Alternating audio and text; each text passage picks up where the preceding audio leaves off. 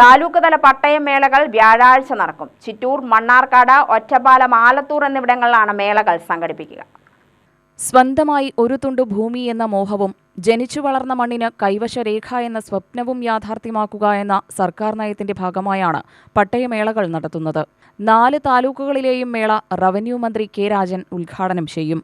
ആലത്തൂർ താലൂക്ക് തല മേളയോടനുബന്ധിച്ച് എരുമയൂർ 1 സ്മാർട്ട് വില്ലേജിന്റെ ഉദ്ഘാടനവും നടക്കും. മേളയെക്കുറിച്ച് തഹസിൽദാർ കെ ശരവണൻ വിശദീകരിച്ചു.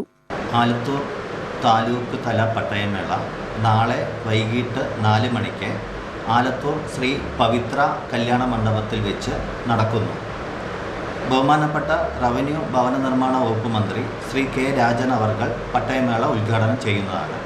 ബഹുമാനപ്പെട്ട MLA Shri KD Prasenan sir അധ്യക്ഷത വഹിക്കുന്ന പട്ടയമേളയിൽ ബഹുമാനപ്പെട്ട MP ശ്രീ K രാധാകൃഷ്ണൻ അവർകളും ബഹുമാനപ്പെട്ട തരൂർ MLA ശ്രീ PP സുമോദ് അവർകളും പങ്കെടുക്കുന്നുണ്ട്.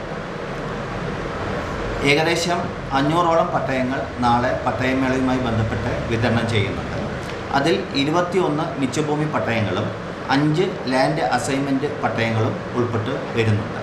ദേവസ്വം പട്ടയങ്ങളും ലാൻഡ് ട്രിബ്യൂണൽ പട്ടയങ്ങളും വിതരണം ചെയ്യുന്നുണ്ട്.